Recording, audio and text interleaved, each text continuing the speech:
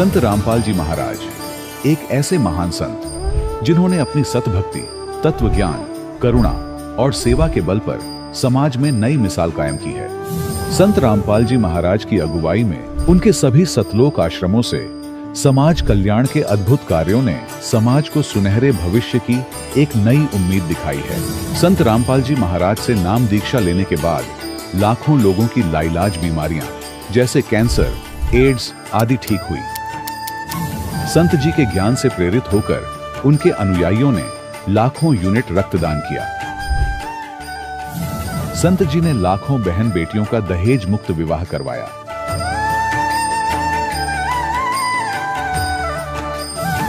संत जी ने लाखों लोगों का नशा छुड़वाया, करोड़ों उजड़े परिवार बसे। संत जी के आश्रमों में समागम के दौरान निःशुल्क नेत्र चिकित्सा, दंत चिकित्सा प्रदान की जाती है। संत रामपाल जी महाराज द्वारा समय समय पर पर्यावरण संरक्षण के उद्देश्य से बड़े स्तर पर वृक्षारोपण किया जाता है। संत जी ने जरूरतमंदों को तत्काल राहत पहुंचाने के लिए एम्बुलेंस सेवा शुरू की। संत जी अपने अनुयायियों को देहदान के लिए प्रेरित करते हैं, जिससे मानवता की सेवा और चिकित्सा क्षेत्र में सुधार हो सके। संत रामपाल जी महाराज के सभी आश्रमों में हर रोज निःशुल्क भंडारा आयोजित किया जाता है, जहां हर वर्ग, हर जाति और हर धर्म के लोग एक साथ बैठकर भोजन करते हैं।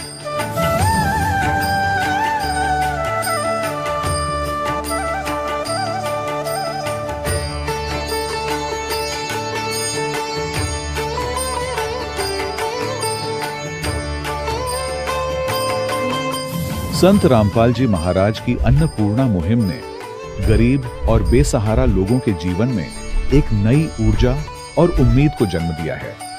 घर घर खाद्य सामग्री और जरूरी मदद पहुंचाकर संत रामपाल जी महाराज ने लोगों को दुख और मजबूरी से लड़ने की ताकत प्रदान की है।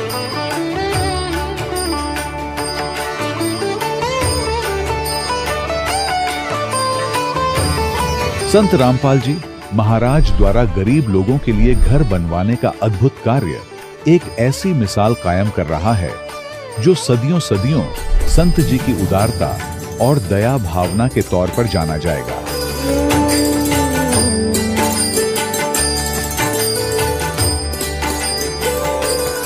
संत रामपाल जी महाराज ने हरियाणा सहित भारत के कई राज्यों में आई भीषण बाढ़ से अनेक गांवों और किसानों को बड़ी राहत दिलाई।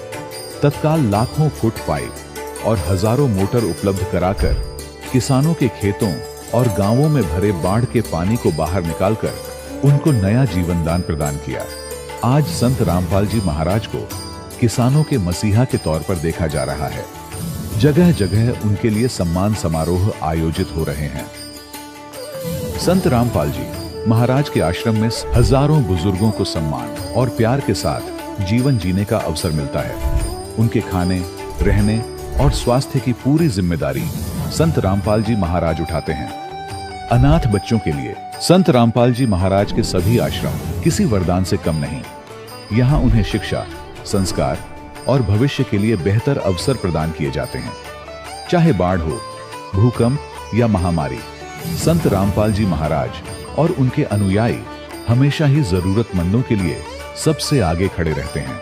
कोविड महामारी के दौरान संत रामपाल जी महाराज के आश्रमों से करोड़ों लोगों के लिए भोजन, दवाइयां और जीवन रक्षक सामग्रियां उपलब्ध कराई गई। चाहे गरीब की मदद हो या किसी शोषित और पीड़ित वर्ग के हक और सम्मान की लड़ाई, संत रामपाल जी महाराज ने हमेशा ही उनकी दबी आवाज को सरकारों तक पहुंचाया है और उन्हें उचित न्याय दिलवाने में अहम भूमिका अदा की है। समाज में आध्यात्मिक और सामाजिक मूल्यों के प्रति जागरूकता लाने में संत रामपाल जी महाराज हर कदम पर मानवता के सच्चे सेवक साबित हुए हैं। संत रामपाल जी महाराज का जीवन हमें सिखाता है कि सच्ची सेवा वही है जो निस्वार्थ भाव से की जाए। आइए हम भी इस महान सेवा के कार्य में इस महान संत से जुड़ें और संत रामपाल जी महाराज से नाम दीक्षा लेकर अपने जीवन को धन्य बनाएं।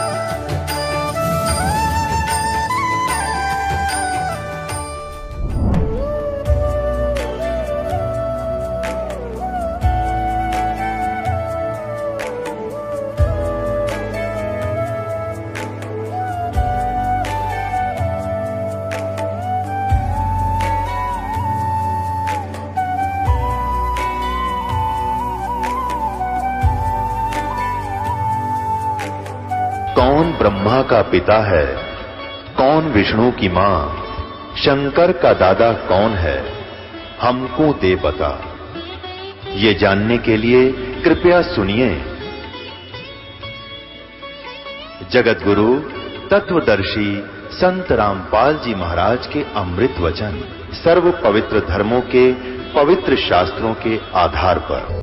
सत साहिब दर्शकों, मनुष्य अपने जीवन में सुख और शांति की खोज में कभी मंदिरों के चक्कर लगाता है, कभी देवी देवताओं की पूजा करता है, तो कभी गुरुद्वारों और अन्य धार्मिक स्थलों पर माथा टेकता है।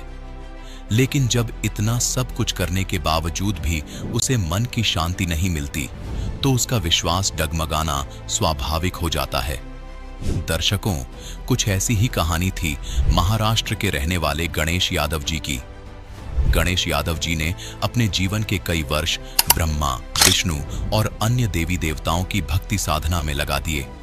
लेकिन इतनी भक्ति साधना करने के बावजूद भी उन्हें न तो मानसिक शांति मिली और न ही जीवन की समस्याओं से कोई स्थायी राहत मिली। लेकिन दर्शकों, आज गणेश यादव जी का कहना है कि उनका जीवन उस समय पूरी तरह बदल गया जब उन्हें संत रामपाल जी महाराज द्वारा लिखित पुस्तक ज्ञान गंगा मिली। दर्शकों, आखिर संत रामपाल जी महाराज ने ज्ञान गंगा पुस्तक में ऐसा क्या लिखा है कि जो भी इस पुस्तक को पढ़ता है वह संत रामपाल जी महाराज का ही हो जाता है और उसके जीवन के सारे कष्ट दूर होने लगते हैं।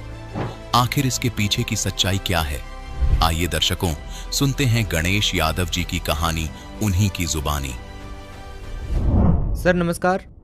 नमस्कार सर। क्या नाम है आपका? गणेश यादव नाम है मेरा। गणेश यादव जी, कहाँ से आए हैं आप?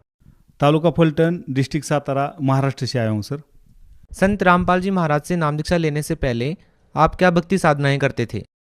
सर, जो घर में देवालय था उसकी पूजा करना, साथ में ज़्यादातर मैं गणेश जी, साईं बाबा और शंकर जी की साधना करता था सर उसमें ज़्यादातर गणेश जी का जो हमारे यहाँ पर 10 दिन का महाराष्ट्र में बहुत बड़ा त्यौहार होता है, उसमें पूरा पूजा करना, उसमें आरती वगैरह करना, उसमें बहुत ज़्यादा इंटरेस्ट था। संकष्टी चतुर्थी होती है सर, उसमें 1 महीने का जो 1 दिन का उपवास होता है वो पूरा मैं निरंकार उपवास पकड़ता था सर। उसके बाद सर थोड़ा मेरा घर में आर्थिक परिस्थिति खराब थी।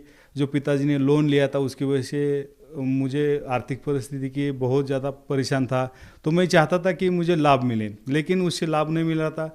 फिर मुझे किसी ने बताया कि सर हनुमान जी बड़े हैं, उनसी भक्ति करने से लाभ मिलेगा, वो संकट मोचन भी है। तो फिर मैं हनुमान जी की भक्ति करने लगा सर, और बहुत ज़्यादा हनुमान जी की भी भक्ति करने के बाद भी मुझे लाभ नहीं मिला था। सर, आप जो भक्ति साधनाएं कर रहे थे, आप उन भक्ति साधनाओं के करने से क्या लाभ चाहते थे?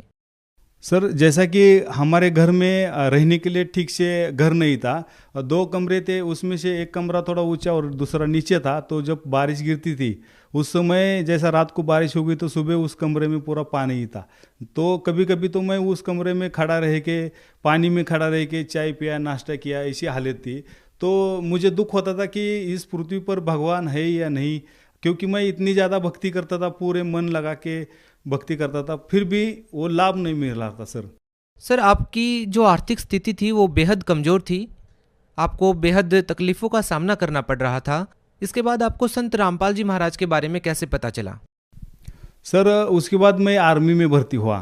तो आर्मी में भर्ती होने के बाद भी जो कर्जा था तो वो चक्रवाढ़ ब्याज का था, ब्याज के ऊपर ब्याज लगता था, जिसके कारण मेरा पूरा सैलरी उसमें चला जाता था सर। उसके बाद मैं वहाँ पर जो हमारे आर्मी में मंदिर रहता है उसमें पुजारी थे, उनके पास गया और मैं उनको बोला कि मुझे आर्थिक लाभ चाहिए और मुझे भक्ति बताओ कौन सी करनी चाहिए, कि सबसे बड़े देवता कौन है।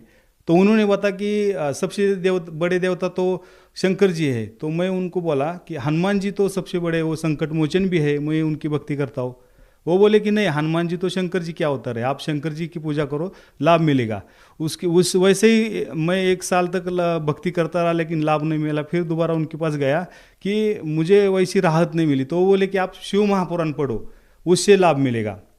तो सर मैं शिव महापुराण पढ़ने लगा, मतलब समय निकाल के इधर उधर से, जैसा दोपहर को 1-1.5 घंटे का जवानों को टाइम था खाना खाने का, आराम करने का, तो उसमें मैं सर 5-10 मिनट में खाना निपटा के तुरंत मैं भागते हुए जाता था मंदिर में, शिव महापुराण लेता था, पढ़ता था। और मेरे को ऐसा लग रहा था कि कहीं ना कहीं मुझे वो लाभ मिले भक्ति करने से, और मेरे संकट का और मेरे आर्थिक परिस्थिति का निवारा हो जाए। लेकिन सर उससे ज़्यादा मेरे को और शारीरिक तकलीफ हो गई। जैसा कि मैं आर्मी में बॉक्सर था सर, और बॉक्सिंग चैंपियन में 2 गोल्ड 2 सिल्वर लिए थे। लेकिन बाद में खेलते समय मैं गिर गया, जिससे मेरी डिस्क स्लिप हो गई सर, और जिससे मुझे बहुत ज़्यादा तकलीफ होने लगी। मतलब दिन निकालना भी मुश्किल हो गया। नहीं, मैं ना किसी को बता पा रहा था ठीक से, और ना वो तकलीफ सहन कर पा रहा था। तो ये मुझे शारीरिक भी पीड़ाएं बढ़ती गई सर, और मैं कई हताश होते रह गया ये भक्ति से। तो जब मैं मेरे बिस्तर के साइड में छोटा सा देवालय भी रखता था, तो पूजा करता था। सुबह हनुमान चालीसा पढ़ना, शाम को पढ़ना, गणेश जी की मूर्ति रखता था, शंकर जी की मूर्ति रखता था। और ये सारा देख कर है ना, मेरे साथ वाले एक हवलदार विश्वास सत्रे करके है, उन्होंने संत रामपाल जी महाराज जी से नाम दीक्षा ली हुई थी। तो उन्होंने देखकर बोला कि ये आप जो भक्ति कर रहे, इससे कोई लाभ नहीं मिलेगा, ये देवता पूर्ण नहीं है। पूर्ण परमेश्वर तो कबीर साहिब है, और इस पृथ्वी पर पूर्ण संत रामपाल जी महाराज है। तो मैं सर उनके ऊपर गुस्सा हो गया, क्योंकि महाराष्ट्र तो संतों की भूमि है। यहाँ पर बड़े बड़े संत जैसे संत ज्ञानेश्वर महाराज, संत एकनाथ महाराज, संत तुकाराम महाराज ये होके गए हैं, और आप बोल रहे कि संत रामपाल जी महाराज पृथ्वी पर बड़े हैं। तो मैं उनके ऊपर गुस्सा हो गया, और ऐसा नहीं, और मेरे को वो बात समझ में नहीं आई। तो उन्होंने बोला कि आप एक पुस्तक ज्ञान गंगा है, ये पढ़ लो, इससे आपको सब बात समझ में आई। सर वो पुस्तक तो ले ली मैंने, लेकिन वो पुस्तक पढ़ने का मन नहीं हुआ, और उनकी तरफ देख के थोड़ा सा मैं गुस्सा हो गया था। तो थोड़ी एक 8-10 दिन में उनको 2 महीने की छुट्टी मिली। तो वो छुट्टी जाते समय उन्होंने मुझे अपना मेमोरी कार्ड दिया। साथ में उन्होंने देखा कि पुस्तक पढ़ी नहीं, उनको कुछ समझ में नहीं आया। तो उन्होंने सर फेसबुक के ऊपर, यूट्यूब के ऊपर संत रामपाल जी महाराज के सत्संग करके सुन लो, आपको समझ में आया, ऐसा मुझे समझा के एक मेमोरी कार्ड भी दिया। और फिर वो चले गए छुट्टी। तो सर जैसा ही मैं बहुत दिन से भगवान की तलाश में था, ये आर्थिक परिस्थिति से परेशान था, शारीरिक परिस्थिति से परेशान था। तो मैं वो सत्संग सुनने के बाद मुझे समझ में आया कि संत रामपाल जी महाराज जी ने बताया कि ब्रह्मा विष्णु महेश ये भी नाशवान है, और इनके हाथ में कुछ किसी का कर्म का कम करना या ज़्यादा करना नहीं है। सर देखिए, बड़ी हैरान करने वाली बात है कि जिन देवताओं की पूजा आदि अनादिकाल से होती आ रही है, जिनको हमने हमेशा से ही अविनाशी माना है, उन देवताओं को आप ये कैसे कह सकते हैं कि उनकी जन्म मृत्यु होती है? सर यूट्यूब के ऊपर मैंने देखा संत रामपाल जी महाराज जी ने श्रीमद् देवी भागवत पढ़ा के दिखाया, और 123 पे लिखा था कि तीनों देव जो है वो जन्म मृत्यु में है, और वो किसी का भी कर्म कम ज़्यादा नहीं कर सकते। सर ये सब बातें जब मैंने संत रामपाल जी महाराज जी के सत्संग से सुनी, तो मैं एकदम से शॉक हो गया, क्योंकि अभी तक जो मैं भक्ति कर रहा था वो भक्ति बिल्कुल शास्त्र विरुद्ध थी, और अभी शास्त्र अनुकूल भक्ति संत रामपाल जी महाराज बता रहे थे। तो इससे सर मैं बिल्कुल ही एकदम आश्चर्यचकित हो गया, और मैं ना वो 2 महीना कब खत्म हो जाए, वो जो संत रामपाल जी महाराज जी के शिष्य कब वापस आए, और फिर मैं अपने सवाल उनसे पूछूं, और फिर मेरे को वो लाभ कैसे मिले, इसके लिए मैं उनका इंतज़ार करने लगा। सर जैसा कि मैंने आपको बताया, मुझे डिस्क की प्रॉब्लम थी, और मुझे सर 7 साल से बच्चा भी नहीं था। तो मेरे को यूनिट से बताया गया कि आप डिस्क का ऑपरेशन करने के लिए RR हॉस्पिटल रिपोर्ट करो, और उसके लिए 20 दिन की छुट्टी मुझे दे दी गई। तो सर मैं जैसे ही घर में गया, तो घर में भी मेरी वाइफ ने ज्ञान गंगा पुस्तक मंगाई थी और पढ़ ली थी, तो उसको भी ज्ञान समझ में आ गया था। तो जिससे हम दोनों ने फैसला लिया कि अब हम दोनों कि वहाँ पर जो भंडारा था, जो खाना था वो फ्री था, रहना वो फ्री था, बाथरूम टॉयलेट वो बहुत ही अच्छे तरह से स्वच्छ और इतने अच्छे लग रहे थे कि बस बोलो ही मत सर। इतनी अच्छी सुविधा मैं अभी तक कहीं भी नहीं देखी थी सर। तो हम रात को 10:30 बजे सतलोक आश्रम में पहुंच गए। वहाँ पर जो हमारे को नियम बताए गए, समझाए गए, उसके बाद नाम दीक्षा का फॉर्म भर के हम नाम दीक्षा ले ली। लेकिन तब तक लेट हो चुका था। संत रामपाल जी महाराज सभी शिष्यों को आशीर्वाद दे के अंदर चले जा चुके थे। तो हमने वहाँ पर फिर प्रार्थना लगाई कि हम आर्मी में है और हमें जाना है रात को ही 12 बजे। तो वहाँ पर फिर गुरुजी ने फिर बताया कि मैं आ रहा हूँ दर्शन देने के लिए। तो ये बहुत बड़ी बात है सर, हम तुच्छ जीवों के लिए भी गुरुजी वहाँ पर आशीर्वाद देने के लिए, संत रामपाल जी महाराज आशीर्वाद देने के लिए बाहर आ गए। तो जैसे ही संत रामपाल जी महाराज नज़दीक आ गए तो मैं पूरा, मेरा दुख जो मेरे को 7 साल से प्रॉब्लम, बच्चे का प्रॉब्लम चल रहा था, मेरे को आर्थिक परिस्थिति खराब थी, मेरे को शारीरिक प्रॉब्लम, डिस्क स्लिप हो रही थी, बहुत ज़्यादा दर्द से पीड़ा हो रही थी। मैं ये सब बातें गणेश जी की मूर्ति, शंकर जी की मूर्ति के सामने रो रो के कह रहा था, लेकिन सुनने के लिए उनको कान नहीं थे। लेकिन अब मेरे सामने जीवंत संत रामपाल जी महाराज थे, उनको मैंने पहले ही बताया कि मेरे को 7 साल से प्रॉब्लम है और बहुत देवी देवता सभी, बहुत ज़्यादा डॉक्टरों का भी पूरा इलाज करके देखा, लेकिन संतान प्राप्ति नहीं हो रही। तो सर जैसा ही मैंने संत रामपाल जी महाराज जी को मेरा पूरा दुख बताया तो उन्होंने मेरे सर के ऊपर हाथ रखा, और जैसा ही सर के ऊपर हाथ रखा मेरा 80% जो डिस्क का प्रॉब्लम था, दर्द था, वहाँ पर ही ठीक हो गया। वहाँ से मैं रात को ट्रेन पकड़ के रिपोर्ट करने के लिए चला गया। अब वहाँ पर मेरा जो डिस्क का प्रॉब्लम था वो तो मेरा ठीक ही हो गया था। और तो सर जैसा ही मैंने संत रामपाल जी महाराज जी को मेरा पूरा दुख बताया तो उन्होंने मेरे सर के ऊपर हाथ रखा, और जैसा ही सर के ऊपर हाथ रखा मेरा 80% जो डिस्क का प्रॉब्लम था, दर्द था, वहाँ पर ही ठीक हो गया। दिल्ली में हमने रिपोर्ट किया तो दूसरे दिन डॉक्टरों को जब मिलने के लिए गए तो वहाँ पर जो हमारे पुराने डॉक्टरों के पूरे रिपोर्ट उन्होंने मांगे देखे, तो उन्होंने बोला कि जब वाइफ को प्रॉब्लम आ जाए तो दूसरे दिन वाला जो एक टेस्ट है वो करना बाकी है, फिर उसके बाद हम IVF का ऑपरेशन शुरू करेंगे। तो सर हम इंतज़ार करने लगे। जो 2 तारीख थी, 2 जनवरी को वाइफ को प्रॉब्लम आना चाहिए था, तो प्रॉब्लम आया नहीं। तो वाइफ ने बोला कि प्रॉब्लम आया नहीं, ऐसा कभी नहीं हुआ, पहले 2 दिन 3 दिन पहले ही पीरियड आना चाहिए, वो आया नहीं। तो फिर मैं बोला ऐसा नहीं, हम वो इंतज़ार करेंगे। सर हमने और 2 दिन इंतज़ार किया, और 4 जनवरी को वाइफ ने बोला कि एक काम करते हैं, हम प्रेगा न्यूज़ पे चेक करते हैं। तो सर प्रेगा न्यूज़ पर चेक करने के लिए जब मैं प्रेगा न्यूज़ लेके आया तो प्रेगा न्यूज़ में पॉजिटिव रिपोर्ट आया। तो फिर एक से तसल्ली नहीं हुई, मैं दोबारा मेडिकल में गया, दूसरी प्रेगा न्यूज़ लेके आया और उससे चेक किया तो रिपोर्ट पॉजिटिव आया।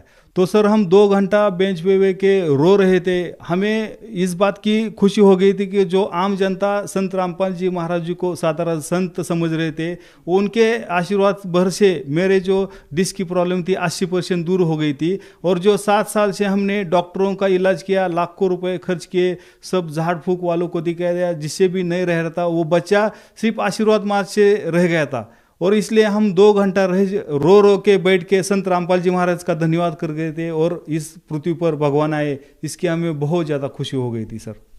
सर अक्सर हम संत उसे मानते हैं जिसने बड़ी बड़ी जटाएं रख रखी हैं, मालाएं पहन रखी हैं, भगवा कपड़े पहन रखे हैं। आप इस बारे में क्या कहना चाहेंगे कि एक संत की पहचान एक आम साधारण व्यक्ति को किस तरह से करनी चाहिए? सर जटा पहनने से, माला पहनने से कोई संत नहीं होता। संत तो उसकी ज्ञान से होती है सर।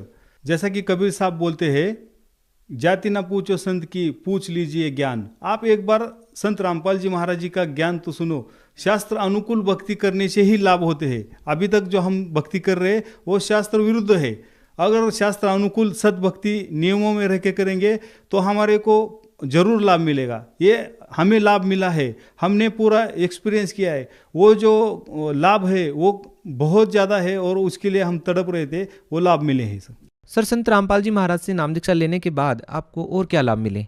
सर ये बात 2013 की है, और बिल्कुल 10वें महीने बाद हमें बेटा मिला। जैसे कि मैंने आपको बताया, आर्थिक स्थिति बहुत ख़राब थी, डॉक्टरों के लिए, झाड़ फूक के लिए बहुत खर्चा होता था। आर्मी में रहते हुए भी मेरे ऊपर जो कर्जा था, वो कर्जा चक्रवाढ़ ब्याज होने के कारण वो ठीक से मैं पे भी नहीं कर पा रहा था। तो जैसे ही संत रामपाल जी महाराज जी के से नाम दीक्षा लेने के बाद अब वो पूरा कर्जा भी चुकता हो गया, और संत रामपाल जी महाराज जी की दया से अभी मेरे 2 मकान है और 2 प्लॉट है, एक 4 व्हीलर है। और संत रामपाल जी महाराज जी की दया से जब मैं पहले शुरू में सर मैं रोड पे खड़ा होके मेरी वाइफ को लेके 1.5 साल का बच्चा लेके खड़ा होके रोड पे कपड़े बेच रहा था सर। तो उसके बाद संत रामपाल जी महाराज जी की इतनी दया होगी सर, अभी मेरा कपड़े का इतना बड़ा शॉप बन गया है कि मेरे फलटन तालुका में अभी नंबर 1 पर कबीर साहब गारमेंट शॉप है सर। और संत रामपाल जी महाराज जी की दया से अभी नज़दीक ही लोनन सिटी है, वहाँ पर भी और एक कपड़े का शॉप खोल दिया है सर। ये सब सुख सर संत रामपाल जी महाराज जी के आशीर्वाद से, संत रामपाल जी महाराज जी से नाम दीक्षा लेने के बाद ही मिले हैं सर। सर, जो भी भक्त समाज आपको सुन रहा है, संत रामपाल जी महाराज के बारे में उन्हें क्या संदेश देना चाहेंगे? सर, मैं तो ढोल बजा के, ढोल के डंकी के साथ ये कहना चाहता हूँ कि इस पृथ्वी पर भगवान है। जैसा कि शास्त्र विरुद्ध साधना करके मुझे कोई लाभ नहीं मिल रहा था, और जैसा ही मैंने संत रामपाल जी महाराज जी से सद्भक्ति ली, उन्होंने दिए हुए मंत्र जपने लगा, तो मेरे जीवन में बिल्कुल टर्निंग पॉइंट आ गया और मेरा जीवन निहाल कर दिया, बिल्कुल उन्होंने सुख से समृद्ध कर दिया। इसलिए मैं भगत समाज को यही संदेश देना चाहता हूँ कि उनका ज्ञान सुनो, यूट्यूब पे, फेसबुक पे संत रामपाल जी महाराज जी के सत्संग सुनो, उनकी किताब ज्ञान गंगा जीने की राह पढ़ो, जिससे आपको सद्भक्ति क्या है, शास्त्र अनुकूल साधना क्या है, ये समझ में आए और अपने जीवन का कल्याण कराए। जो श्रद्धालु संत रामपाल जी महाराज जी से नाम दीक्षा लेना चाहते हैं, उनसे जुड़ना चाहते हैं, तो इसके लिए क्या व्यवस्था की गई है? सर, जैसा कि आपके सामने मोबाइल नंबर डिस्प्ले हो रहे हैं, उस मोबाइल नंबर से आप कांटेक्ट करके अपने जिले के नामदान स्थल का पता कर सकते हैं और वहाँ से नाम दीक्षा लेके अपने जीवन का कल्याण करा सकते हैं। बहुत बहुत धन्यवाद सत साहेब। दर्शकों, अभी आपने सुने संत रामपाल जी महाराज से दीक्षा प्राप्त करके सुखी हुए भक्त के अनुभव। अब देखिए जगत गुरु तत्वदर्शी संत रामपाल जी महाराज के मंगल प्रवचन। एक बार उन्होंने जानबूझकर मर्दाना और बाला के सामने उच्चारण किया था, जब वो लंका देखने के लिए समुद्र के ऊपर से चल रहे थे। मर्दाना ने गलती से सतनाम का जाप शुरू कर दिया था, नानक साहिब जी की नकल करते हुए। वो समुद्र में डूबते डूबते बच्चे। उसके बाद नानक जी ने उसे कहा था कि मर्दाना, आज के बाद ये मंत्र मत जपना। उस डर से पूरा सिख समाज उस मंत्र के आसपास भी नहीं गया, किसी को पता भी नहीं लगने दिया उन महापुरुषों ने, आने वालों ने। कारण ये था, उनको ये डर था कि कहीं कोई सिख इस मंत्र का जाप कर ले, गुरु नानक देव जी की आज्ञा की अवहेलना होने से वो पापी अपराधी दोषी ना हो जाए। उनका कारण क्या था, अब आपके समझ में आवेगी वो क्यों छुपाया था। ये सतनाम का जाप उच्चारण करने का नहीं है, लेकिन नानक साहिब जी ने जानबूझकर उच्चारण किया कि इनमें से कोई न कोई सा नकल जरूर करेगा और उसको झटका लगेगा और आने वाले समय में एक बैन लग जाएगा। तो पुण्यात्माओं, वो महापुरुषों बैन लगा गए थे। अब इस दास को भेजा है इस बैन को तोड़ने के लिए। तो कहने का भाव यह है कि जब तक ये समय नहीं आना था, तब तक वो महापुरुष आपको ग्लूकोज लगाएंगे। अब दास भेज दिया एक सर्जन बना के। अब इस ग्लूकोज तो लगाना ही लगाना, साथ में वो कंप्लीट ट्रीटमेंट होगा, आपका रोग जन्म मरण का कट जाएगा, आप सदा के लिए मोक्ष प्राप्त कर लोगे।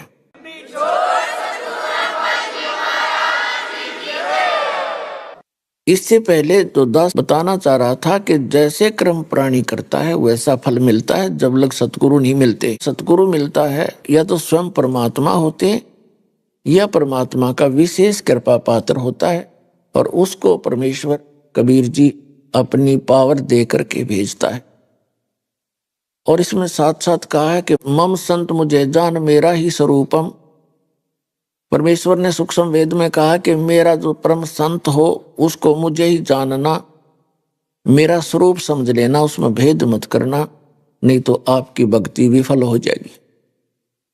जैसे किसी व्यक्ति ने बहुत सा धर्म भंडारे किए, प्याऊ बनवाई और पशु पक्षियों को दाने टुकड़े भी डालते रहे, लेकिन वो उसका व्यर्थ गया। अब यहां दोनों बात कहनी पड़ती है कि वो व्यर्थ गया, यूजलेस, और साथ में ये भी कहा जा रहा है कि अपना किया तो मिलेगा ही मिलेगा, ऐसा ही है। थोड़ा समझने का अंतर है। जैसे आपने देखा होगा वर्तमान में तो बहुत ज्यादा हो गई है ये रिवाज परंपरा कि एक कुत्ता होता है, डॉग, और उसको धनी लोग रखते हैं और उस कुत्ते की कितनी केयर टेक होती है, कितनी देखभाल होती है। वेटरनरी सर्जन यानी डंगर डॉक्टर उसकी चिकित्सा में हाजिर रहता है। उसको अलग से रूम दिया जाता है, एसी कमरा होता है उसका, और खाना उसको शायद भारतवर्ष के 25% व्यक्तियों को प्राप्त नहीं होता होगा जो उसको आहार मिलता है। उसकी खूब देखभाल की जाती है। मनुष्य गाड़ी चलाता है उसका जिसने वो रखा हुआ है, और कुत्ता पिछली सीट पे बैठकर, अब मनुष्य तो उसका ड्राइवर है और कुत्ता मालिक वाली सीट पे बैठकर झांकी में गए देखा अगर नो खिड़की में गए जीभ काट गए यूं देखता रहता है। अब कारण क्या है? उस पुण्यकर्मी प्राणी ने मानव शरीर के अंदर बहुत घने पुण्य करे, धर्म करे, लेकिन वे मनमुखी किए, शास्त्र विधि त्याग कर मनमाना आचरण किया, जिस कारण से परमात्मा ने उसका किया हुआ वर्क डन देना होता ही है। उसको वो सारी सुविधाएं दी, लेकिन मनुष्य जीवन नहीं मिला उसको। यदि वो सतगुरु बनाकर सत साधना करता और ये धर्म पुण्य करता, या तो पार हो जाता, और पार नहीं होता तो वही गाड़ी, वही एसी रूम, वही खाना पीना और वही कार, उसको सुविधा मनुष्य जीवन में मिलती, मनुष्य जीवन भी साथ प्राप्त होता। और मनुष्य जीवन प्राप्त होता तो पिछली भक्ति की तरफ होती है प्राणी कहीं ना कहीं, उसको फिर संत भी मिल जाते और फिर से भक्ति स्टार्ट होकर मोक्ष प्राप्त कर जाता। इसलिए गुरु बिन माला फेरते, गुरु बिन देते दान, गुरु बिन दोनों निष्फल हैं, चाहे पूछो वेद पुराण। फिर क्या बताया है कि झूठे गुरु के आश्रय कदे न उदरे जीव, सच्चे पुरुष कबीर हैं आद परम गुरु पीव।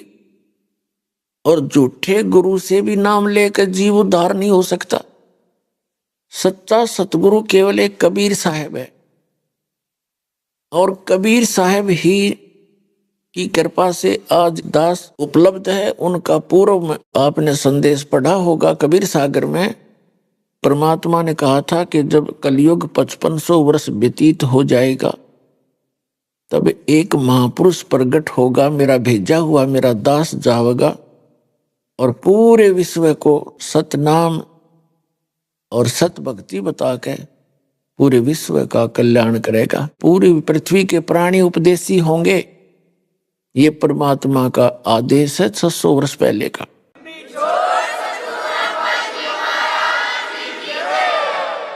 और अब वो सफल होगा पुण्यात्मा। आप देख रहे हो गांव गांव में, नगर नगर में परमात्मा के बच्चे, जिनको ये ज्ञान समझ में आ गया, उनको ये चिंता हो जाती है कि मेरा तो कल्याण हुआ। इस मत को दो राय है नहीं। यहां से भक्ति प्राप्त होने के बाद उस प्राणी का मोक्ष कंपलसरी है, गारंटीड है, लेकिन कंडीशन है कि मर्यादा में रहे। और भक्ति कोई विशेष भी नहीं इसमें करनी, यानी विशेष वो नहीं है कि कोई हठ योग नहीं। इसको चलते फिरते बैठ के लेट के, कोई रोगी है बीमार है नहीं बैठ सकता, लेट के भजन कर ले, सिमरण से मोक्ष होगा। कबीर साहब कहते हैं, कहता हूं कई जात हूं और सुनता है सब कोई, और सुमरण से भला होगा ना तो भला नहीं होए, यानी सुमरण तय मोक्ष होगा। और सुमरण इतना गजब का आपको दे दिया गया है कि एक श्वास की कीमत जैसे बताई थी, आपको बहुत बार बताई है कि 14 लोक, ब्रह्मा विष्णु महेश के लोक, और ये कि 14 लोग एक साइड में रख दे एक तराजू के पलड़े में, और एक तरफ पासंग रख दे पृथ्वी पूरी, इसका शासन, और स्वर्ग लोक और साथ में पाताल लोक तो एक तरफ रख दे वैसे, और एक श्वास के सिमरण का सतनाम के सिमरण की इतनी कीमत है। तो सिमरण आप ढंग से करते रहना, मर्यादा में रहना, भजन जरूर करना लेकिन कसक के साथ करना। यहां से दिल उठाए रहना कि ये लोक ठीक नहीं है। जैसे एक परमात्मा ने कहा कि जैसे पर घर पावना रह उठाए चित, जिस प्रकार किसी दूसरे घर में कोई मेहमान गया हुआ हो और वहां उसकी कितनी आओ भगत हो रही हो, कितना रिस्पेक्ट हो रहा हो, एक दिन के बाद उसकी चिंता अपने घर की हो जाती है। उसको पता होता है कि मेरा ये ठिकाना नहीं है, तो वहां वो सब कुछ सुविधाएं प्राप्त करते हुए उसके मन में रह रहकर अपने घर आने की उमंग उठती ही रहती है। तो इस प्रकार आप यहाँ पर घर में रह रहे हो, आप दूसरे के स्थान पर रह रहे हो, आपका निज घर वो सतलोक है। जैसे कोई व्यक्ति बाहर गया हुआ है रिश्तेदारी में और उसको घूटी पिला दी, और जब उसकी घूटी उतरे उसने फिर एक प्याली पिला दे, तो उसने चाहे 10 दिन रोक लो हुए, क्योंकि उसने होश को नहीं, उसमें नशे में वो पड़ा है वहां पर। जब नशा उतर जाएगा उसका तुरंत अपना घर, अपने बालक, अपने बच्चे, अपने काम तुरंत याद आएंगे और तुरंत चल पड़ेगा। तो इस काल ने आपका यहाँ भांग प्या रखी आपको सबको इस झूठे सुख की। कबीर साहब कहते हैं झूठे सुख को सुख कहे ये मान रहा मनबोध, ये सकल चबीना काल का कुछ मुख में कुछ बोध। यहाँ का जो सुख है कार कोठी बंगले, ये भांग प्या रखी आपने। और जब परमात्मा की एंटीबायोटिक कैप्सूलों से, मंत्र से, जाप से, ज्ञान से जब आपकी अभांग उतरेगी, फिर आपका चित्त उस सतलोक के अंदर ऐसे रहेगा जैसे पर घर में पावना यानी मेहमान रहता है। तो उस अतिथि के आए बिना आपकी मुक्ति नहीं होगी। तो इस ज्ञान को रह रहकर सुनना, भक्ति करते रहना। भक्ति चाहे थोड़ी बन जावे पर करे कसक के साथ करे और मर्यादा में रहता हुआ करे तो सफल होगे। भक्ति करनी अवश्य पड़ेगी। और थोड़े से मंत्र करने में रोज के आप 1000 मंत्र भी कर लो। वैसे तो परमात्मा ने कहा कि 10% समय आपका परमात्मा की भक्ति भजन में अवश्य लगना चाहिए। और वैसे फिर दूसरी तरफ कहा है कि ये तो इन वेरी स्टार्ट बताया है कि पहली कक्षा का बालक ज्यादा देर नहीं बैठ सकता ना पढ़ सकता। बड़ा बच्चा हो जाता है फिर वो लगातार काफी अध्ययन करता है, घंटों अपने आप चिंतित हो जाता है। तो शुरुआत के अंदर कम से कम 2.5 घंटे आपका सिमरण होना चाहिए। 24 घंटे हैं एक दिन, रात में लगभग 2.5 घंटे, 2.25 घंटे, 3 लगा लो, ये सिमरण होना चाहिए आपका। और ये कैसे होना चाहिए? जैसे चलते फिरते, बैठते उठते। आजकल ये जो है ना गाड़ी मोटरों का ज्यादा समय है आने जाने में। आप बस में बैठ गए, मंत्र आपको याद है और बैठ के बस में सीट मिल रहा है तो बढ़िया, ना खड़ा खड़ा अपना सिमरण करता रहे। साथी वहां कोई ऐसा मेहमान होते नहीं, हो भी दो मेहमान भी अगर होगा तो 5 मिनट में सारी बात बतला लेता है। फिर तो बकवाद गड़ेगा बेमतलब की, जो कहनी सुननी होती है 5 मिनट में आदमी अपनी बतला के फारिग हो जाता है, राजी खुशी कुशलता पूछ कर फिर अपनी भक्ति कर ले, सिमरण करता रहे। तो चलते फिरते, खेत में, मजदूरी में, अपना दुकान पर और ऑफिस में मंत्र करता रहे, क्योंकि काम का समय काम होता है सभी स्थानों पर। हमने भी नौकरी भी करके देखा है। इसी प्रकार आप इस काल के लोक में भक्ति करनी पड़ेगी आप जी ने। अब जैसे कई भक्त कहते हैं जी टाइम नहीं मिलता और घर में टेंशन रहती है, भक्ति में दिल नहीं लगता कोई ना, क्योंकि यहाँ टेंशन तो काल ने कंपलसरी बनानी है आपका, क्योंकि ये चाहता है कि ये महा दुखी रहें, परमात्मा की याद इनको आवे नहीं, आपस में उलझ पुलझ रहे ये सारा दिन।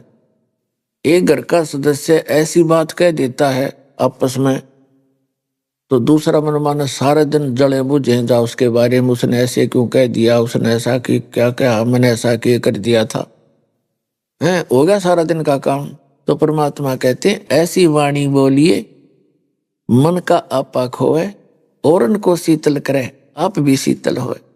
तो आपस में हमने ये सोच के कि यू काल करवावे हैं, आपस की खींचातानी, आपस में टेंशन बनानी, इसका प्रथम कर्तव्य है, क्योंकि हम भगवान के बच्चे हैं, अपनी गलती करके इसका फंस गए खलनायक के।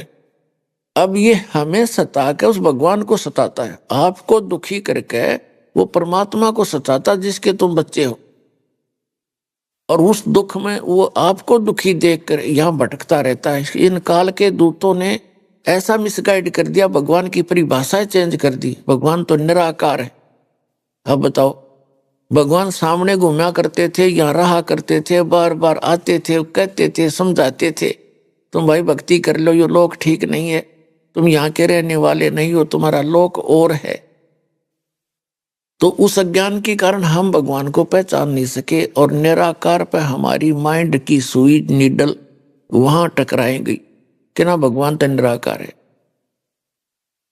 तो वो परमात्मा आपके लिए भटक रहा है, आप पहचान नहीं पाए, क्योंकि काल ने आपको भ्रमित किया, और साथ में यह झूठे सुख को और ये सुख बता के आपको भ्रमित कर रखे। तो जो प्रसंग चल रहा है, आपकी जितनी भक्ति धर्म कर्म बढ़ेंगे, घर की टेंशन भी समाप्त होने लग जाएगी। लेकिन ये भक्ति आपने स्टार्ट करनी पड़ेगी नाम लेते ही। जैसे टेंशन हो, चाहे कोई किसी प्रकार की कैसी नौकरी हो, कैसी आपकी सेवा ड्यूटी हो, आप जी ने भक्ति तो करनी पड़ेगी, नाम जाप करने पड़ेंगे, इस टेंशन में करने पड़ेंगे। एक समय एक SHO दरोगा जी, पुराने समय की बात है, एक घोड़ी पर विराजमान होकर के दूसरे गांव में जा रहा था। जून का महीना और हरियाणा, पंजाब, राजस्थान का क्षेत्र, दिन के 12 बजे हुए, और वो जा रहा था, उसको प्यास लगी, घोड़ी को भी प्यास लगी। उसने देखा कि एक व्यक्ति रहट चला रहा है, अरहट होता था, उसमें बैलों को एक कुआं होता था, कुएं के अंदर से पानी निकालने के लिए एक बड़ी सी पुली होती थी, पुली। तो उस पुली के ऊपर के एक चैन के ऊपर बाल्टी फिट कर दी जाती थी, वो नीचे से भर के आती थी, ऊपर खाली होती थी, और फिर खेतों में सिंचाई का काम हुआ करता था, फसल में।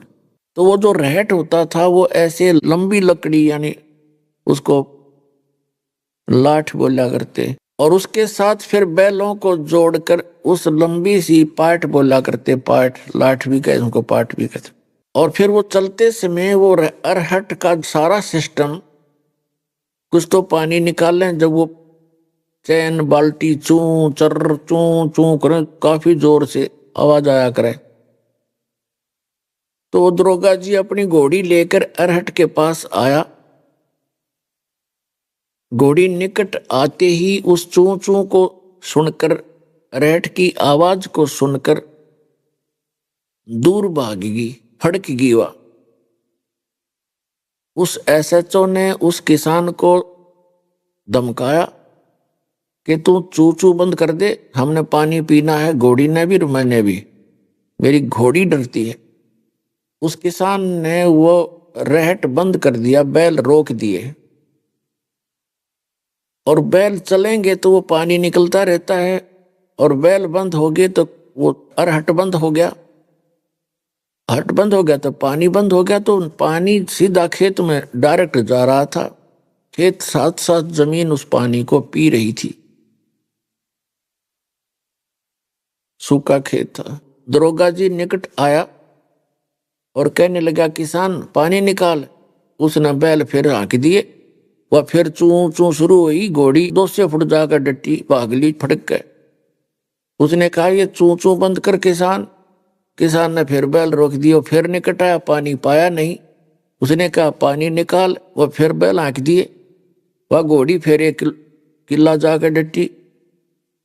तब किसान ने कहा कि दरोगा जी, पीना हो तो इस चू चू में पी लो, ना दोनों मरोगे। तो पानी पीना पिलाना है तो इस चू चू में पी लो, ना दोनों मरोगे तुम प्यासे। तो पुण्यात्माओं, इस अकाल की चू चू में ही हमने पानी पीना पड़ेगा या भक्ति करनी पड़ेगी और लगे रहना।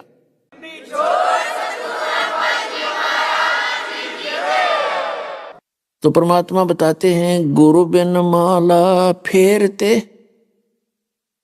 गुरु बिन देते दान, गुरु बिन दोनों निष्फल हैं, चाहे पूछो वेद पुराण। भाई सुखदेव ने 84 भुगती, बना पजावे खरवो, तेरी क्या बुनियाद प्राणी, तू पेंडा पंथ पकड़वो।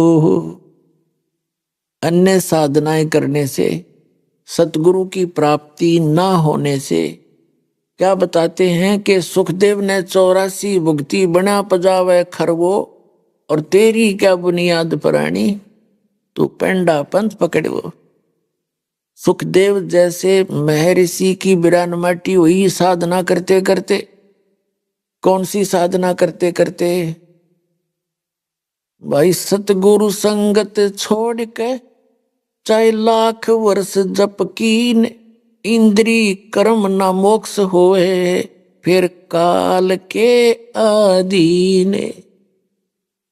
कितनी प्यारी बात कही है परमात्मा ने, कितनी निर्णायक बात कही है। कहते हैं सतगुरु की संगत छोड़ कर, परम संत सतगुरु की शरण को त्याग कर अन्य साधनाएं, अन्य मंत्र और किसी अन्य गुरु को गुरु बनाकर भी चाहे लाख वर्ष जप कीन, इंद्री कर्म न मोक्ष हो और काल के अधीन। फिर बताते हैं सुखदेव ने 84 भुगती और बना पजावे खरवो, तेरी क्या बुनियाद प्राणी, तू पेंडा पंथ पकड़वो। कि हे प्राणी, हे सिंपल मैन, हे जेंटलमैन। सुखदेव जैसे ऋषि बड़े साधक हुए थे, आकाश में भी उड़ जाते थे। ऐसे महापुरुष, और वो भी 84 लाख योनियों को भोगना पड़ा उनको, क्योंकि उनको सतगुरु नहीं मिले। इसलिए कहते हैं आपकी क्या बुनियाद है, आपका की क्या औकात है। आप वो पेंडा पंथ पकड़वो। पैड़ा, पैड़ा माने वे मार्ग, वो मार्ग पकड़ जिससे ये जन्म मृत्यु 84 लाख योनियों से छुटकारा हो। तो पुण्यात्मा उसके लिए बताया है, लख बर सूरा जूझ ही, लख बर सावत दे, लख बर यति जहान में, तब सतगुरु शरण ले। आप आज के नहीं हो, आपका जन्म अभी नहीं हुआ, क्योंकि हम ऐसे कर दिए इस काल भगवान ने। हमने रोजी रोटी और कार कोठी, बेटा और बेटी, इसके अतिरिक्त कुछ भी दिखाई नहीं देता। और ये करते करते भी जो हमारे संस्कार थे वही चल ही रहे थे। वो तो आपको मिलने ही मिलने हैं। पुत्र प्राप्ति है और आगे चल के कोई व्यवस्था होनी है ना होनी है, ये तो आपका पूर्व निर्धारित है। और इसी में हम सोच रहे थे हमारे करे तो हो रहा है। नहीं, जैसे विवाह होता है बच्चों का, अब से पहले तो बहुत धारणा है, प्रत्येक व्यक्ति की धारणा थी कि वो संतान बेटे को मानता था, लड़का होना चाहिए। लड़की लड़की है तो भी दुखी रहता था। तो क्या होता है कि विवाह होते ही प्रथम इच्छा होती है प्रत्येक परिवार की, जिसके बालकों का विवाह हो जाता है, बेटा हो चाहे बेटी, के प्रथम लड़का हो फिर बेसिक लड़की हो जा, ऐसी धारणा बनी हुई थी अज्ञानता के कारण। लेकिन पुण्यात्माओं, हमने यहाँ तो पीछा छुटवाना है, ये अपना उद्देश्य ये बनाकर इस भक्ति न करोगे तो जल्दी सफल हो जाओगे। नहीं कोई पुत्र प्राप्ति के लिए यहाँ ज्यादा प्रार्थना करते रहेगा तो पुत्र तो पुत्री तो दे देंगे परमात्मा, संतान तो दे देंगे, ये तो उनके बाएं हाथ का खेल है। लेकिन वो कोशिश करते हैं कि ये किसी तरह इस ज्ञान न समझ ले और पीछा छुटवा ले अपना, क्यों एक कबड्डी और बढ़ावा बे मतलब की। लेकिन फिर भी नहीं मानते हैं तो वो परमात्मा, उसने पता है कि चल इस बहाने भी भक्ति कर लेगा, इसने और दुख पाना होगा कुछ दिन यहाँ पर ज्यादा। लेकिन इस अध्यात्म मार्ग से परिचित होने के बाद परमात्मा ये आपको स्पष्ट कर देते हैं, इस ज्ञान के आधार से ये दास बता देता है कि लड़का हो या लड़की अपना परमात्मा की गिफ्ट मान के और श्रद्धा से ग्रहण करे और पीछा छुटवाना उद्देश्य रखे, उस परमात्मा की प्यारी आत्मा को भी नाम से जोड़ दे, उसका भी उद्धार हो जाए। लेकिन अमूमन क्या होता है कि लड़का हो और सभी की इच्छा होती रही है, जैसे बच्चे का विवाह हो गया लड़के का, सबकी इच्छा थी घर वालों की लड़का हो, पुत्र हो, बेटे गए, लेकिन लड़की होगी। फिर सोचा भगवान दूसरा तो पुत्र दे ही दे, दूसरी भी पुत्री होगी, बेटी होगी, तीसरी भी बेटी होगी, चौथी भी, पांचवी भी बेटी होगी, क्योंकि उनकी चाह तो ये थी कि लड़का हो। तो परमात्मा कहते हैं ना तो आपका चाहा हो और ना आपका किया हो सकता, वही होगा जो आपके संस्कार प्रारब्ध में है। तो कहने का भाव यह है कि जो आप लोग ये समझते हो कि जब तक इस परमात्मा की शरण में नहीं आते तो इसकी शरण में आने के बाद आपके संस्कार बदलेंगे, आपके संस्कार बदलेगा यू परमपिता। लेकिन आप बालक हो, आप फिर उसमें भी चिंतित हो जाते हो। ऑपरेशन थिएटर में आकर मरीज ने अपनी नहीं चलानी चाहिए, वहां तो डॉक्टर की चलेगी तो आपका रोग कटेगा। तो ये ऑपरेशन थिएटर है आपका जन्म मृत्यु के रोग के काटने का, और बाकी और पीड़ा होगी शरीर में उसकी भी औषधि है यहाँ पर, यानी और कोई संसारिक दुख होंगे, टेंशन होगी, वो भी ठीक करिए जाएंगे। लेकिन ऑब्जेक्शन नहीं करे, जो हो रहा होने दे, थोड़ा बहुत पीड़ा भी होती है तो होने दे उसको। जैसे एक बहन ने नाम ले लिया, उसकी पुत्रवधू ने भी उपदेश ले लिया। एक पोती थी पहले, उससे पहले एक लड़की होकर के उनका फिर गर्भपात हो जाता था, तो दीक्षा दिवाई उसकी सास ने के लिए, बेटी नाम ले, यहां से तेरा काम बढ़ेगा। तो नाम लेने के बाद क्या हुआ, उस लड़की का फिर से दिक्कत होगी। कारण यह था कि उसने अपनी माता के कहने से और लटोटर करवा लिया। कोई बात नहीं, फिर उसको पता चला, उसको समझाया, उसकी माँ को भी, सास को भी, फिर उन्होंने वो तो काम छोड़ दिया। फिर तीसरी बार फिर गर्भ रहा उसमें बेटी को। अब क्या था कि उस लड़की का वो गर्भ खराब हो गया और वो इतनी रोए और बुरा हाल कर दिया। अब उसकी सास को दृढ़ विश्वास था परमात्मा कबीर जी पर, इस दास से उपदेशी थी। उसने कहा बेटी भगवान जो करे वो ठीक करता है, लेकिन वह ना मानी। अब बालक ज्ञान नहीं समझता, इतना आदमी ने दुखी रहे। तो उसने मेरे पास फोन किया, पहले थोड़ी सी संगत थी, सन 1997 की बात है। अभी आपने सुने संत रामपाल जी महाराज के मंगल प्रवचन। आइए अब सुनते हैं संत रामपाल जी महाराज से नाम दीक्षा लेकर सतभक्ति करके अद्भुत लाभ प्राप्त करने वाले अनुयायी के विचार। मनुष्य हर संभव उपाय आजमाता है ताकि उसे आध्यात्मिक सुख मिल सके, लेकिन जब उसे सच्चा ज्ञान नहीं मिलता तो वह दुख और तनाव का शिकार हो जाता है। दर्शकों, आज हम आपको ऐसी ही एक कहानी सुनाने जा रहे हैं जो छत्तीसगढ़ के नौहर सिंह जी की है। नौहर जी ने अपनी आध्यात्मिक यात्रा में कई प्रकार की साधनाएं अपनाई। इन्होंने जप भी किया, व्रत भी रखे, तीर्थों की यात्रा भी की और बचपन से गणेश जी की भक्ति भी की, लेकिन किसी भी विधि से सच्ची शांति नहीं मिली। लेकिन दर्शकों, आज नौहर जी का कहना है कि जब से मैंने संत रामपाल जी महाराज की शरण ग्रहण की है, तब से मेरी जिंदगी पूर्ण रूप से बदल गई है। दर्शकों, आखिर संत रामपाल जी महाराज ने नौहर जी को ऐसी कौन सी जड़ी दे दी जिससे इन्हें शारीरिक और मानसिक सुख की प्राप्ति हुई? आखिर इसके पीछे की सच्चाई क्या है? आइए सुनते हैं नौहर जी की कहानी उन्हीं की जुबानी। नमस्कार सर। साहब सर। सर क्या नाम है आपका? नौहर सी से होता सर। सर कहाँ से हैं आप? बजरंगपुर नवागांव वार्ड नंबर 1 जिला राजनांदगांव छत्तीसगढ़ से सर। नौहर जी, संत रामपाल जी महाराज से नाम दीक्षा आपने कब ली? 6/5/2020 को नाम दीक्षा लिए सर। संत रामपाल जी महाराज से नाम दीक्षा लेने से पहले क्या आप कोई भक्ति साधनाएं भी करते थे? भक्ति साधना सर, मैं गणेश जी, ब्रह्मा विष्णु महेश का, और मैं गणेश जी का बहुत ज़्यादा भक्त था। और गणेश चतुर्थी में मैं बचपना से मैं मतलब गणेश जी में बहुत सारा मतलब जो भी लगता है चंदा, मैं हर चीज़ में समर्पण होकर करता था गणेश जी का भक्ति। संत रामपाल जी महाराज की शरण में आने का क्या कारण बना?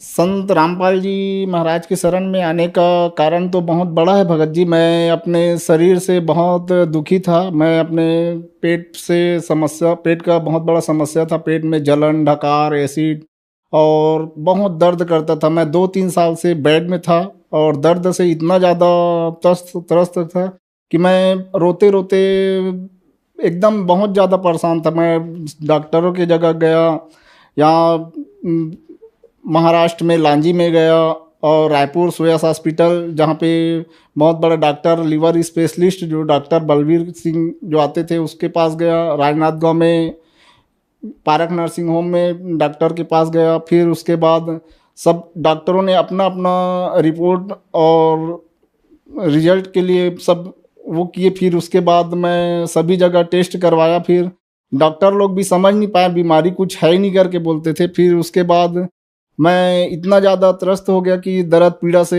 किसी जगह कोई डॉक्टर से कोई दवाई गोली से भी ठीक नहीं हो रहा है। प्लस मैं अपने जीवन से इतना ज़्यादा वो हो गया कि फिर उसके बाद जो तंत्र मंत्र वाले जो बैगा है उन लोग के पास गांव में घुमा, फिर कहीं पे भी ठीक नहीं हुआ। उसके बाद मैं एकदम निराश हो गया, ना डॉक्टरों के पास ठीक हो रहा है ना कोई बैगा के पास ठीक हो रहा है करके। फिर मैं मन में ये सोच लिया कि मेरे को जीना नहीं है और मेरे को इस दुनिया से जाना ही है करके। फिर अपने बच्चे लोग को पकड़ के रात में बिस्तर में सो भी नहीं पाता था। 1 साल तक कंटिन्यू मैं सोया नहीं हूँ भगत जी। फिर मैं इतना ज़्यादा वो होने के बाद मैं पड़ोस का एक जो संत रामपाल जी महाराज से दीक्षा लिया हुआ है, वो बोले कि इस बुक को रखो, बुक को पढ़ो करके। फिर बुक को पढ़ने के पहले मैं 1 साल चर्च गया हूँ। चर्च में भी गया था 1 साल तक के चर्च में सब अपना जो वहाँ पादरी होते हैं, पास्टर, उन लोग प्रार्थना दुआ करते थे, लेकिन उसमें भी मेरा कोई लाभ हुआ नहीं। फिर मैं त्रस्त हो गया। फिर जो बुक दिया था उस बुक को मैं 3 दिन पढ़ा हूँ। 3 दिन पढ़ने के बाद मेरा मन में ऐसा हुआ कि मैं इसी से मैं ठीक हो सकता हूँ करके फिर बुक को पढ़ा हूँ। 3 पेज पढ़ने के बाद मेरा मन हुआ कि मैं दीक्षा लूँगा करके। फिर भगत जी को बोला कि भगत जी मैं दीक्षा लेना चाहता हूँ करके। तो बोले कि अभी बुक पढ़ो, अच्छा से सत्संग सुनो, उसके बाद फिर आप लेना। मैं लेकिन अपने दुख से तकलीफ के कारण मैं बोला भगत जी को मैं जल्दी से जल्दी नाम दीक्षा लेना चाहता हूँ करके, संत रामपाल जी महाराज जी से नाम दीक्षा लेना है करके। तो फिर ऑनलाइन उस समय कोरोना जो चल रहा था तो ऑनलाइन नाम दीक्षा लिया हूँ। और नाम दीक्षा लेने के 3 दिन पश्चात मेरा जो सारा प्रॉब्लम जो 3 साल से इतना दुख तकलीफ में पड़ा हुआ था, और 3 दिन के अंदर मेरा पूरा दुख तकलीफ दूर हो गया भगत जी। सर, आप अपनी बीमारी को लेके बहुत सारे डॉक्टर्स के पास गए, तो डॉक्टर ने आपको क्या बताया? क्या ये बीमारी ठीक हो सकती है या नहीं? डॉक्टरों ने तो एक जो डॉक्टर हैं वो बोले कि तेरा बीमारी कुछ पकड़ में आता नहीं, कुछ बीमारी का समझ है ही नहीं है करके, तू किसी के पास जा और अपना वहाँ देख के कुछ करवा ले इलाज, मैं तो नहीं कर पाता करके फिर सेक्टर 9 में डॉक्टर जो है उसके पास गया था। तो डॉक्टर जी बोले कि मैं घर में तेरा पर्सनल इलाज करके देखता हूँ करके। फिर 2-3 बार घर में गया, फिर 2-3 बार वहाँ दवाई लिख के दिए, उसके बाद भी उस दवाई से ठीक नहीं हो पाया। फिर मैं जब बोला तो अब लास्ट दवाई जो लिख के दे रहा हूँ, अगर कोई नहीं हो भी पाएगा तो मैं नहीं कर पाऊँगा, आना मत करके। तो फिर उसके बाद उस दवाई को लेने के बाद मैं गया नहीं। सर, जैसा कि आपने बताया कि आपको 3 साल पुरानी बीमारी थी, आप बहुत सारे डॉक्टर्स के पास गए, बहुत सारे तांत्रिकों के पास गए, लेकिन सभी जगह आपको निराशा ही हाथ लगी। फिर आप संत रामपाल जी महाराज की शरण में आए और 3 साल पुरानी बीमारी 3 दिन में ठीक हो गई। तो सर, संत रामपाल जी महाराज के पास ऐसा क्या है जो इतने सालों की बीमारी कहीं भी ठीक नहीं हुई, वो संत रामपाल जी महाराज के पास ठीक हो गई? संत रामपाल जी महाराज हमारे वेद शास्त्र से प्रमाणित ज्ञान बताते हैं, और यहाँ तक कि मेरे मोहल्ले वाले बोलते हैं कि इतना बैगा के पास घूमा है तो संत रामपाल जी महाराज भी ऐसा कुछ जादू से वो करवाता होगा ऐसा करके, लेकिन वैसा कुछ नहीं है। संत रामपाल जी महाराज हमारे शास्त्र से प्रमाणित ज्ञान देकर उसी से सब भक्ति साधना करवाते हैं, और वही भक्ति जो दिए हैं उसी भक्ति से मेरा सब तबीयत ठीक हुआ है। सच सर, जो आपके हाथ में रिपोर्ट्स हैं ये किस चीज़ की हैं? ये रिपोर्ट है भगत जी, ये रायपुर में सुयस हॉस्पिटल में जो डॉक्टर जो बोले थे एक बार, ये राजनाथ गांव का है। राजनाथ गांव में जो डॉक्टर दिवाकर सर हैं उसी से मैं इंडोस्कोपी करवाया था, और ये इंडोस्कोपी करवा के उसके बाद 2-3 महीना उसी के पास इलाज करवाया हूँ, लेकिन इलाज करवाने से मेरा कोई फ़र्क पड़ा नहीं। और डॉक्टर बोल रहे थे कि मतलब तेरा आंत में सूजन है करके, लेकिन जो सूजन है वो भी आज तक को कभी ठीक हुआ नहीं, ना कोई दवाई से ना कोई चीज़ से। संत रामपाल जी महाराज से नाम दीक्षा लेने के बाद आज मैं बहुत ही अच्छा महसूस कर रहा हूँ, और पूरे ठीक हूँ, फिट हूँ, और मेरा कोई दवाई गोली नहीं है, ना ज़रूरत है अभी। सर, क्या और भी लाभ मिले आपको संत रामपाल जी महाराज से नाम दीक्षा लेने के बाद? संत रामपाल जी महाराज से नाम दीक्षा लेने के बाद तो मुझे बहुत सारा लाभ हुए हैं भगत जी। पहले मैं 21 साल से काम करता था पशु आहार गोदाम में, वहाँ का सुपरवाइज़र था। 21 साल काम करने पर भी मुझे कोई ऐसा कुछ लाभ मिला नहीं है, बस अपना जीवन रोजी रोटी बस चल रहा था। जैसा मैं नाम दीक्षा लिया हूँ गुरुजी से, और नाम दीक्षा लेने के बस 3 महीना बाद तबीयत ठीक होकर के मैं अपने वो जो मालवाहक ऑटो खरीदा हूँ मालिक की कृपा से। सर, लाखों की संख्या में दर्शक आज आपको टीवी पर देख रहे हैं, और बहुत सारे ऐसे लोग हैं जो अपनी जिंदगी से हताश हो गए हैं। उनके लिए आप एक उदाहरण हैं। जैसे कि आपने बताया कि आपकी 3 साल पुरानी बीमारी ठीक हो गई, आपने रिपोर्ट्स भी दिखाई, तो जो लोग परेशान हैं उन लोगों के लिए आप क्या कहना चाहेंगे? सर जी, मैं जो भाई हैं जो अपने बीमारी से, अपने घर की समस्या से जो परेशानी में जूझ रहे हैं, उनसे मैं बारंबार निवेदन करता हूं कि वे भी आए हमारे गुरुजी के शरण में, और संत रामपाल जी महाराज जी से दीक्षा लेकर अपना कल्याण कराएं और सद्भक्ति कर अपने मानव जीवन का लाभ उठाएं। संत रामपाल जी महाराज से नाम दीक्षा कैसे ली जा सकती है? संत रामपाल जी महाराज से नाम दीक्षा जो चैनल में सत्संग चलता है उसमें नीचे जो पीला पट्टी जो चल रहा है उसमें जो कांटेक्ट नंबर है, उस कांटेक्ट नंबर में आप कॉल करके नाम दीक्षा ले सकते हैं। धन्यवाद सर। सत्संग।